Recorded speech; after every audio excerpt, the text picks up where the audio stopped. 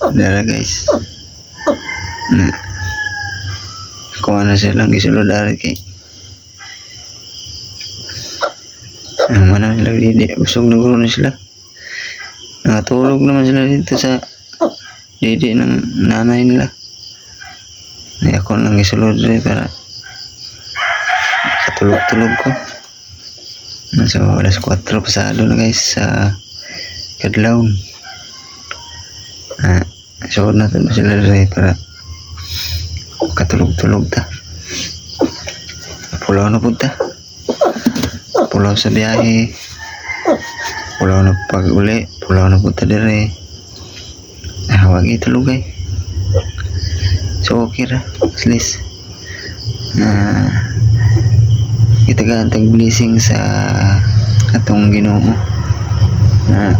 Salamat sa Ginoo. Atay pulo ka buok. Bakin.